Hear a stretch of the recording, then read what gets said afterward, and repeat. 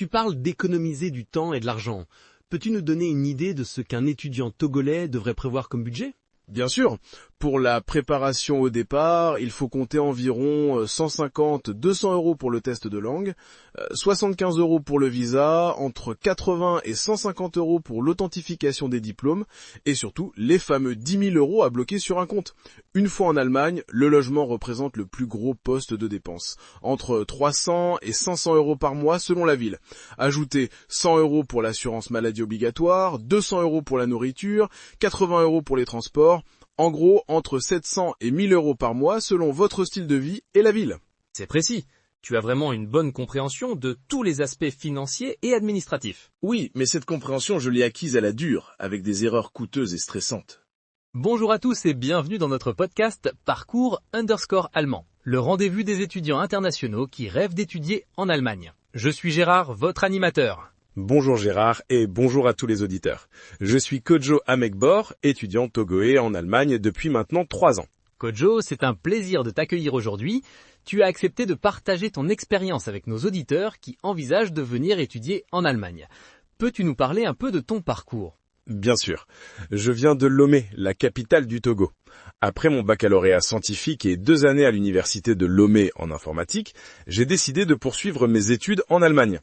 L'Allemagne représentait pour moi le pays de l'excellence technique et des opportunités professionnelles. Qu'est-ce qui t'a spécifiquement attiré vers l'Allemagne plutôt que d'autres pays européens ou américains ? Plusieurs facteurs ont influencé mon choix.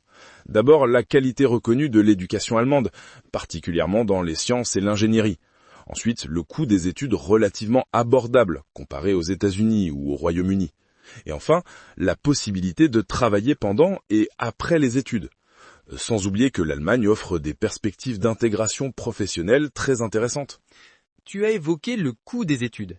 Est-ce vraiment moins cher qu'ailleurs ? Oui, c'est l'un des grands avantages de l'Allemagne. Dans la plupart des Länder, les universités publiques ne demandent que des frais administratifs entre 150 et 300 euros par semestre. C'est dérisoire comparé aux milliers d'euros ou dollars à l'heure. Par contre, il faut prévoir un budget pour la vie quotidienne. Logement, nourriture, transport. En moyenne, il faut compter entre 800 et 1000 euros par mois selon la ville. Parlons maintenant des obstacles. Quels ont été les plus grands défis que tu as rencontrés ? Le premier défi, et pas des moindres, a été la procédure administrative. Je ne savais pas par où commencer. Entre la demande de visa, l'ouverture d'un compte bloqué, la reconnaissance des diplômes, l'épreuve de financement, les assurances, j'ai failli abandonner plusieurs fois. J'ai perdu beaucoup de temps et d'argent à cause de mauvais conseils et d'informations contradictoires. Je comprends, ces démarches administratives peuvent sembler comme un labyrinthe. Exactement. Et c'est là que j'aurais vraiment eu besoin d'un guide complet et fiable. J'ai dû refaire certaines démarches plusieurs fois parce que je n'avais pas les bons documents ou je ne respectais pas l'ordre correct des procédures. Ça m'a coûté 3 mois supplémentaires d'attente et presque 600 euros en frais divers. Quels autres obstacles as-tu rencontrés une fois arrivé en Allemagne? La barrière de la langue a été un choc. Malgré mes cours d'allemand au Togo, le niveau B1 que j'avais atteint ne suffisait pas pour la vie quotidienne. Pour l'inscription à l'université, les démarches administratives, la recherche d'un logement, tout se faisait en allemand. Les premiers mois ont été très difficiles psychologiquement. Comment as-tu surmonté ce problème linguistique ? J'ai intensifié mes cours d'allemand dès mon arrivée. J'ai aussi rejoint des tandems linguistiques, où j'échangeais avec des Allemands qui voulaient pratiquer le français. Mais j'aurais gagné beaucoup de temps avec une préparation adaptée avant même de quitter le Togo. Et concernant le logement, c'est souvent un casse-tête pour les étudiants internationaux. Le logement a été mon pire cauchemar. J'ai passé les 3 premières semaines dans une auberge de jeunesse à 25 euros par nuit, ce qui a sérieusement entamé mes économies. La compétition pour les logements étudiants est féroce. J'ai envoyé plus de 50 candidatures avant de trouver quelque chose. Sans compter les arnaques dont j'ai failli être victime 2 fois. Des arnaques ? Comment ça ? Des gens qui me demandaient de verser une caution pour un appartement que je n'avais vu qu'en photo, ou qui proposaient des tarifs trop beaux pour être vrais. Heureusement, un étudiant togolais déjà installé m'a prévenu.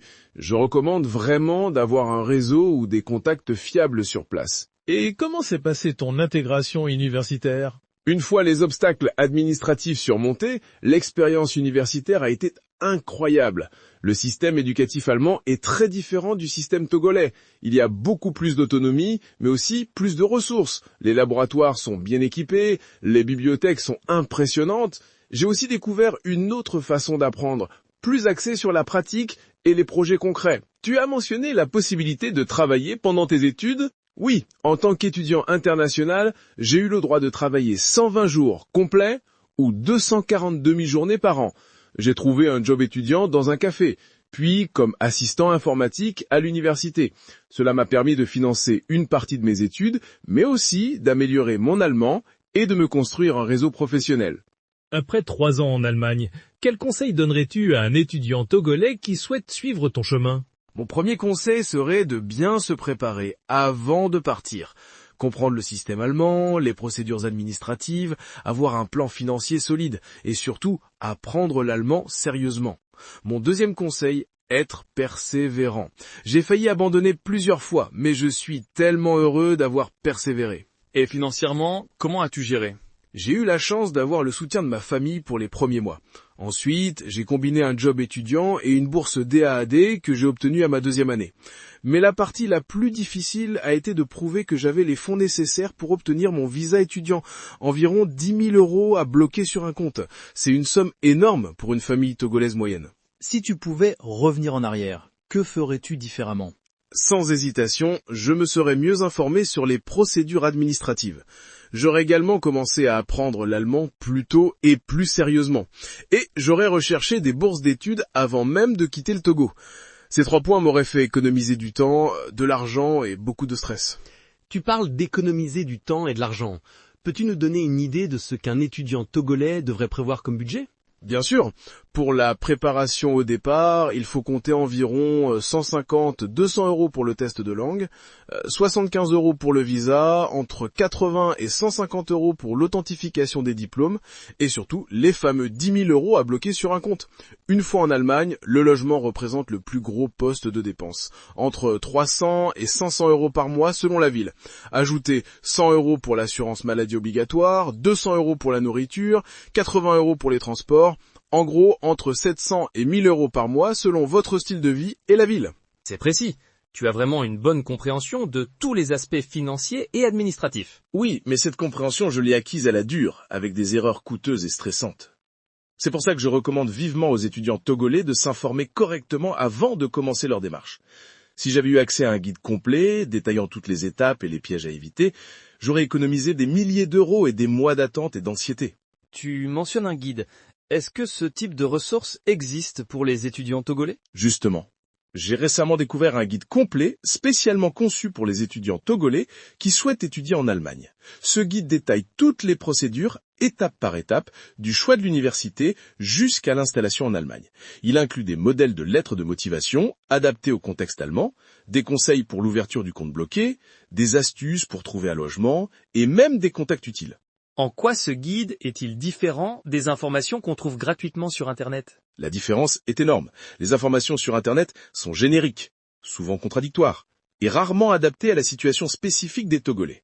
Ce guide, lui, répond aux problématiques particulières que nous rencontrons.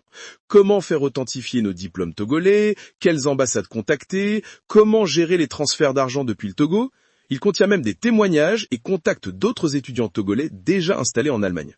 Et concrètement, qu'est-ce que ce guide t'aurait permis d'éviter comme problème? J'ai fait 3 erreurs majeures qui m'ont coûté cher. D'abord, j'ai dû refaire ma demande de visa parce que le format de ma preuve financière n'était pas correct. Ensuite, j'ai perdu ma caution de logement à cause d'une clause que je n'avais pas comprise dans le contrat allemand. Et enfin, j'ai raté la date limite pour une bourse importante parce que je ne savais pas qu'elle existait.